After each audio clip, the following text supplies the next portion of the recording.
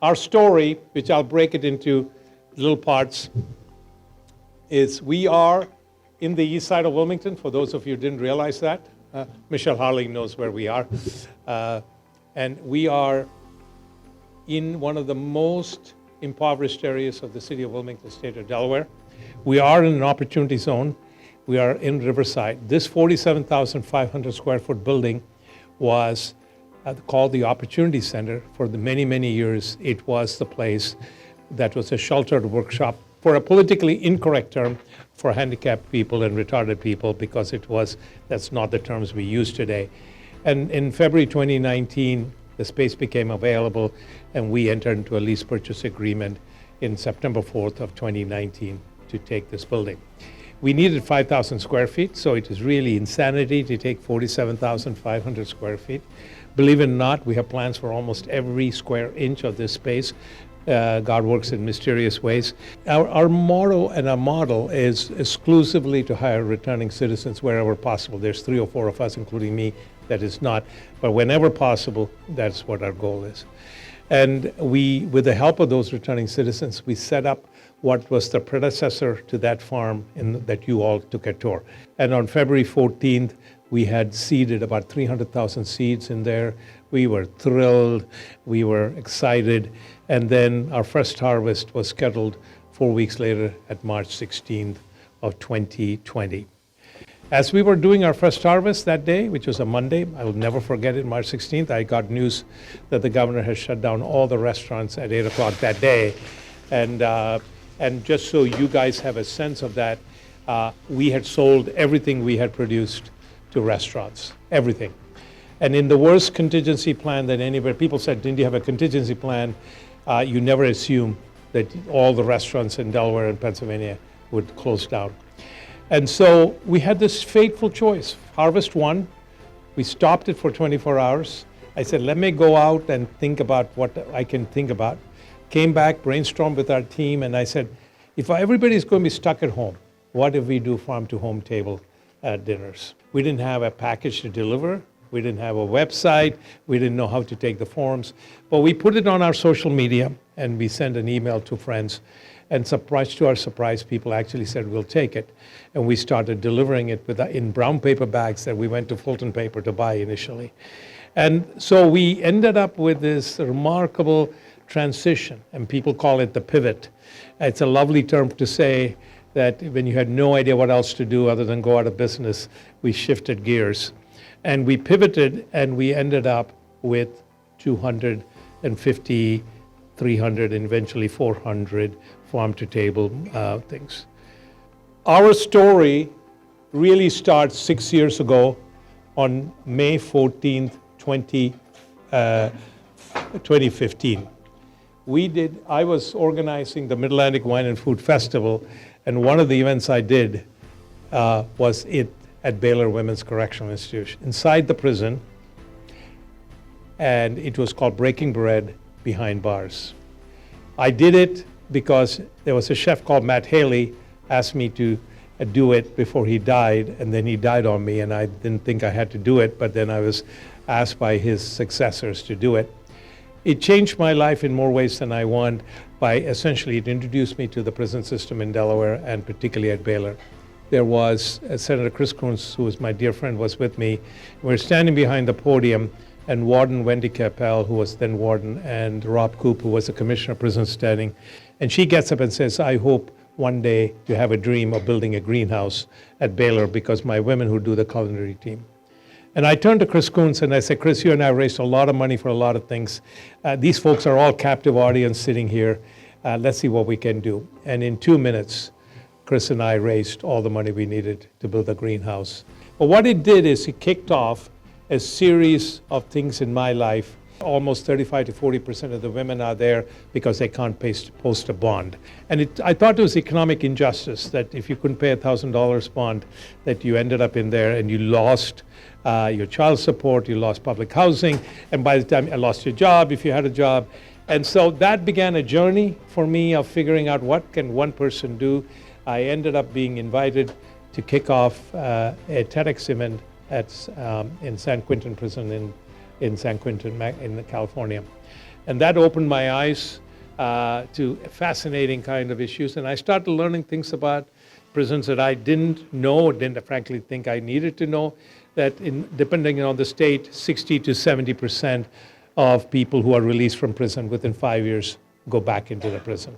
In Delaware, according to the annual report of the corrections, cost $63,000 to house a prisoner last year in Delaware. And the tuition for St. Andrew's boarding school is $63,000. So it's astonishing to me that one of the most expensive private schools in this country, including boarding, can be the same price as what we house prison, and we don't provide any of the networking or educational opportunities that St. Andrew's School does. And so for me, the journey really said, what can one person do? Because I couldn't deal with the school to prison pipeline. I was too old. So on my 63rd birthday, which was 4 years ago today, I invited 63 friends, because at that time there was no COVID restriction, so I could invite 63 people. And I said, I have a vision that by the age 70, which was 7 years out, that I wanted to create 70 capitalists out of returning citizens. Why capitalists? Because as long as we're in a capitalist society, I wanted people to be capitalists, because that gave them economic opportunity to be self-sufficient. And I said I would do it by creating an indoor vertical farm, which is a radical new idea, because I felt providing a pesticide-free, herbicide-free food in the city, in urban areas, but anywhere, Route 13, any place we can do or provided food local to the community. There are people here who have served 32 years consecutively, and there are people here in all kinds of stuff. Our goal is not to look back, is to look forward. 2 years ago, I thought I would be wiser, but on my 65th birthday, I publicly announced I'm going to plunge into this thing and called Second Chances Farm, and I'm going to find this 5,000 square foot building, which ended up being 47,500 square foot building. And what we did is we released 10,000 ladybugs into this building. It was sort of a symbolic effort, and to be essentially on the stuff. It was a pretty magical day. When I boldly decided to do this Second Chances Farm, what I found is it was illegal to create an indoor vertical farm in the city of Wilmington, because it was illegal to farm in the city of Wilmington. I got turned down to where I originally wanted to do, which is 800 block of West Street, 801 West Street. That was an 11-month process. Michelle was one of our people who were primary instigators of the city council, along with Hanifa Shabazz, that pushed the bill and went through planning, had to go through all the hearings. Amending a zoning code is like amending the Moses' 10 tablets, right? Because you can create all kinds of complications by amending the city code, variances to one property. On July 17th of 2019, the city made it legal for us to have a vertical farm. You know, the obstacles that we have run are unbelievable along the way, and there are lots of people that have helped us get there.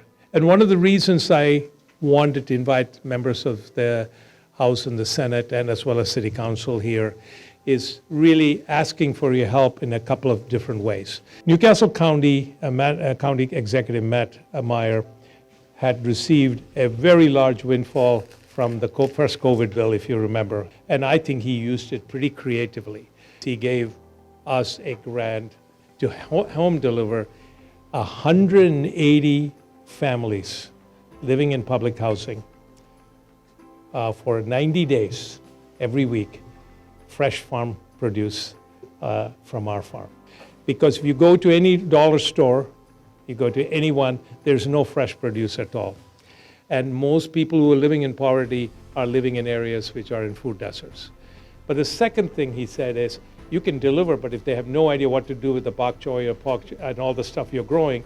So that's where Chris Holt, working in this kitchen, we produced a series of videos with chefs, male and female, black and white, of things that you could do that are simple in this kitchen that they could do. They were on YouTube, so they were free. So the idea was to break down the barriers to eating good food. This was an incredible success for us. And then the county money ran out, because all of that was supposed to run out by December 31st, and we were supposed to use it. And now where we are is, as you know, there is a new round of money coming in that was approved signed by the president. But one of the key issues they talk about in that bill is food insecurity. I was in Alabama recently where they invited me to come and start a Second Chances Farm. And I met with both state and county officials.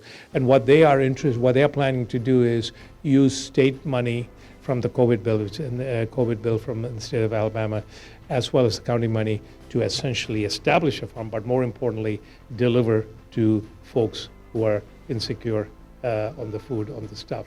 So what I really am hoping is I can persuade members of the legislature and city council to take this money that is not part of the ongoing budget issues because it's new money and it has to be spent on food insecurity, related issues, and enable us to deliver produce to people who are needy.